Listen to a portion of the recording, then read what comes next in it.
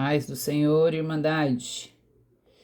Bora orar? Olha onde a gente está já, caminhando por João, hein? João, capítulo 3, o Evangelho de João. Glória a Deus por isso. João é maravilhoso, né? Tá difícil de avançar nos textos, porque dá vontade de falar de todos os versículos. Mas o tempo não dá, né? Então vamos lá, vamos orar. Ó querido Senhor, este é um dia que o Senhor preparou para que nós estivéssemos aqui meditando na Tua palavra. Nos ajuda, Senhor, para que a gente possa não só ler, talvez memorizar histórias, aprender histórias para falar sobre elas, mas que a gente possa querer viver a Tua palavra, edificar outras vidas, alcançar pessoas, mas que o Senhor possa fazer isso através também do nosso testemunho, que a gente possa ser melhor, que a gente possa ser mudado por esta palavra. Nos ajuda, Senhor. Nos fortaleça nisso. Em nome de Jesus. Amém.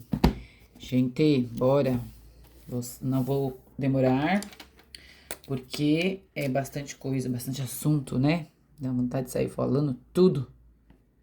Quem gosta de falar, né? É um prato cheio. Bora lá. Vamos passar o texto todo. Eu vou nos grifadinhos para a gente entender a história e depois a gente vem fazendo comentários pontuais aí de algumas coisas. Então diz assim o texto. Acho que eu vou ter que ler aqui por cima e depois eu baixo. Jesus ensina Nicodemos. Havia um fariseu, então a gente já conhece bem a figura dos fariseus, né? Eles eram judeus religiosos e esse era um dos grupos dos religiosos, né? Era o farisaísmo, os fariseus. Esse fariseu era chamado Nicodemos. É bastante conhecido Nicodemos, talvez vocês já conheçam. Era uma autoridade entre os judeus. Então, olha só, ele era uma autoridade entre os judeus, esse fariseu. Ele veio a Jesus à noite. Então, ele foi procurar Jesus, tá vendo aqui? Ele foi procurar Jesus à noite. Acho que eu vou tampar assim, talvez fique melhor. Ou não, né? Deixa eu pegar essa caneta. Melhorou, né, gente? Bom, eu troquei de caneta para quem tá só ouvindo, né? Eu fico falando às vezes como se vocês estivessem vendo também. E aí ele foi procurar Jesus à noite. E aí ele disse para Jesus, Rabi, que nós já sabemos é mestre, né? Sabemos, olha o que ele diz, sabemos que ensinas da parte de Deus, pois ninguém pode realizar os sinais milagrosos que fazes se Deus não estiver com ele. Então ele vendo aquilo que Deus fazia, que Jesus fazia, ele entende que Jesus fazia aquilo da parte de Deus. E aí ele vai falar com Jesus. E aí Jesus vem e faz uma declaração aqui para ele. Jesus diz assim, em verdade, lhes digo que ninguém pode ver o reino de Deus se não nascer de novo. Aí Nicodemos ficou intrigado e falou assim, como alguém pode nascer quando já é velho? É claro que não pode entrar pela segunda vez no ventre da sua mãe e renascer. Aí, isso que é interessante, né? Ele não entendia essa coisa do novo nascimento, de nascer de novo. E aí, Jesus vem explicando para ele. Jesus respondeu sobre o nascer da água e do Espírito, tá vendo aqui? E aí, no versículo 6 diz assim, ó. O que nasce da carne é carne, mas o que nasce do Espírito é Espírito. Isso aqui é Jesus falando para Nicodemos. Não se surpreenda quando aí Jesus vem falando. E aí, insere no 8 aqui, ó. O vento, e aí tá vendo a letrinha E? A letrinha E no rodapé aqui, ó. Eu até coloquei aqui, ó, no rodapé. Quando ele fala vento, eles também é a mesma palavra no grego, tá vendo aqui, ó? Mesmo termo grego para designar espírito. Então, quando Jesus já introduz isso aqui para Nicodemos, que ele, deixa eu ver, dá para ver, dá. Quando ele fala assim, ó, o vento sopra onde quer, ele tá falando, o espírito sopra onde quer. Você o escuta, mas não pode dizer de onde vem nem para onde vai. Assim acontece com todos os nascidos do Espírito. Olha que legal. Nicodemos perguntou, como pode ser isso?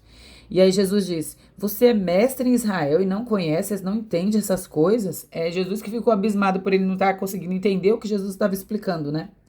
E aí ele vem e continua assim, ó, eu falei de coisas terrenas. Jesus dizendo pro chefe para aquele judeu que era autoridade, era um fariseu, tá? Uma autoridade entre os judeus, esse fariseu, tá?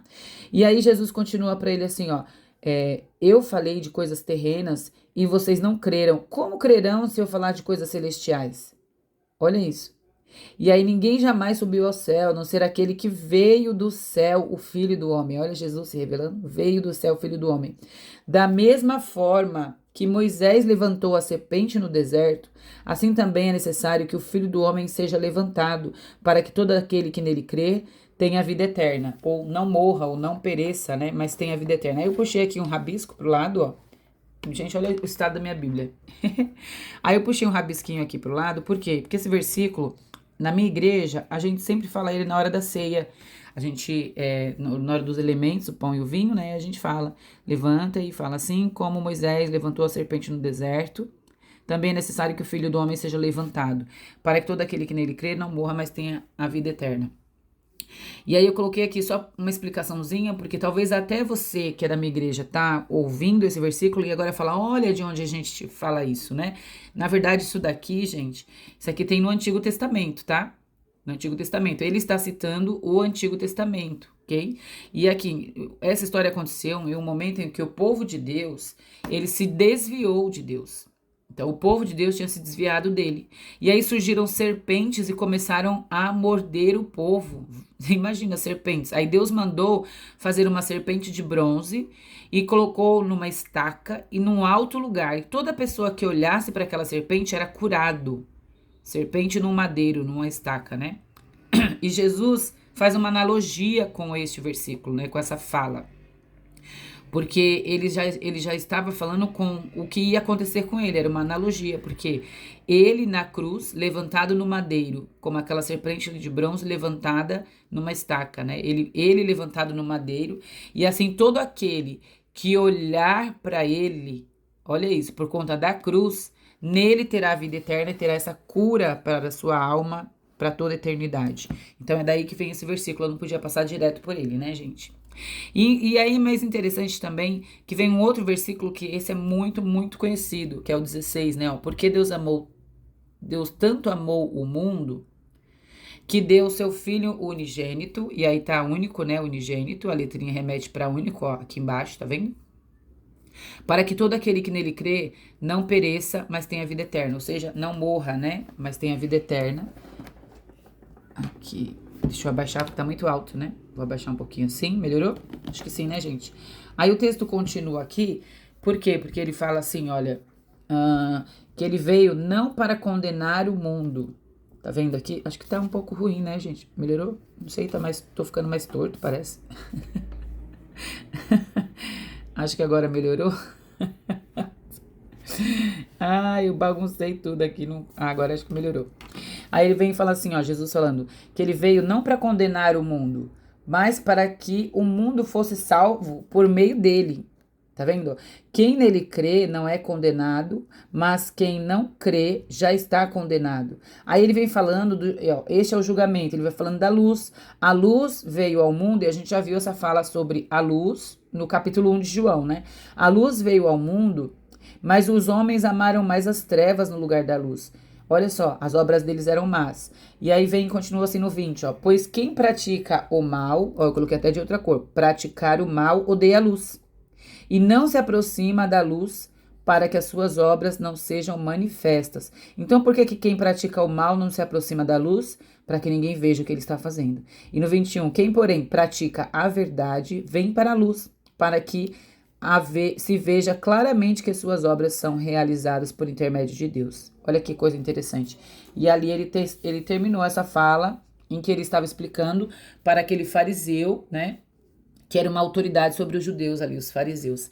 E aí o texto continua falando agora sobre o testemunho de João Batista. Então Jesus estava com seus discípulos, e aí ele estava lá foi com seus discípulos, no caso, né, para a terra da Judéia, e ele passou um tempo lá e eles estavam batizando. Então, ele com seus discípulos, os discípulos dele também batizando.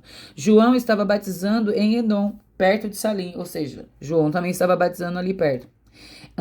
Isso aconteceu antes de João ser preso, que a gente sabe que ele vai ser preso, né? Nós já sabemos da história, né?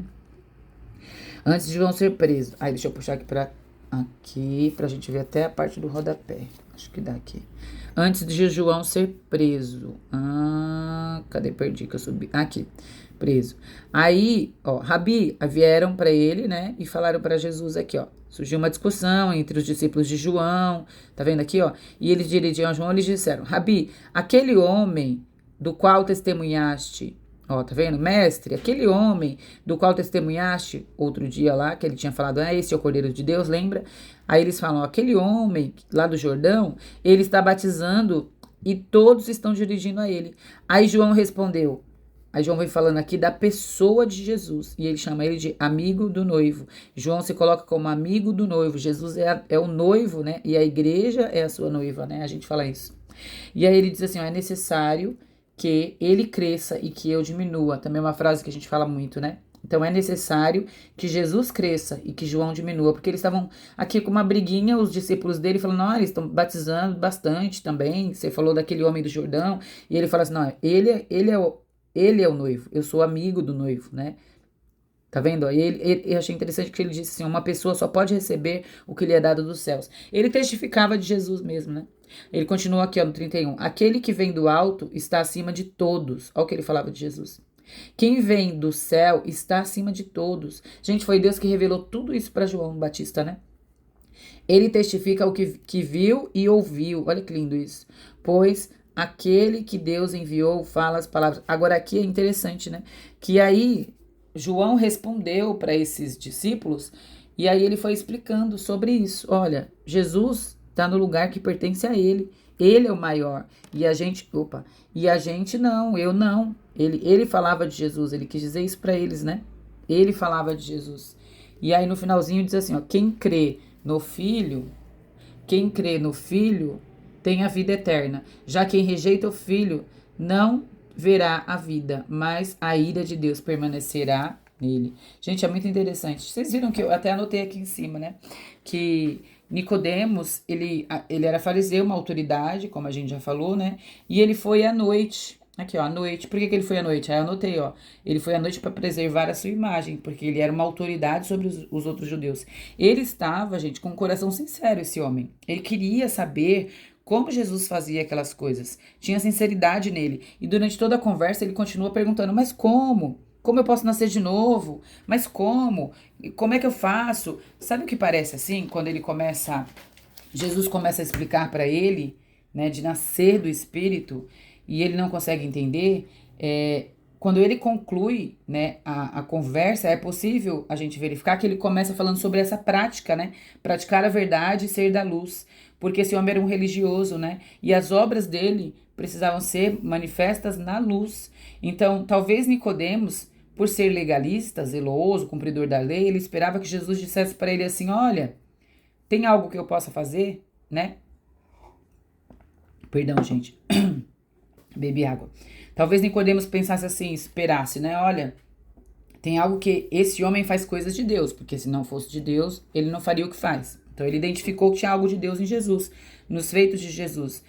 Mas ele não compreendeu essa coisa de nascer de novo. Ele esperava uma regra, porque ele era legalista. Então talvez ele pensasse assim, vou cumprir uma regra nova, algo que eu devo fazer.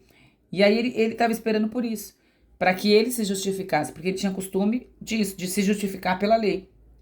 Mas nascer de novo, isso implica na cabeça de alguém, no mínimo, começar do zero, né? Deixando tudo que você sabe. Nascer de novo é começar, é aprender o novo, o básico. Sabe o que Jesus estava dizendo para ele? Nascer de novo é deixar a velha vida que você tem. De homem religioso, ele conhecia tantas leis e não estava compreendendo a linguagem do céu. Ele conhecia a lei de Deus, mas não compreendia a linguagem do céu que veio por meio de Jesus. E como um bebê, já que ele tinha que nascer de novo, ele tinha que se permitir depender, sabe? Aprender a falar de novo, a ouvir, a engatinhar. É nesse sentido. E Jesus falou dessa luz. Ele precisava ir para a luz para que tudo fosse manifesto, né? E tudo assim, para ele teria não só o batismo das águas, que seria o batismo de arrependimento, que Cristo falou isso, né? Seria o batismo do Espírito também.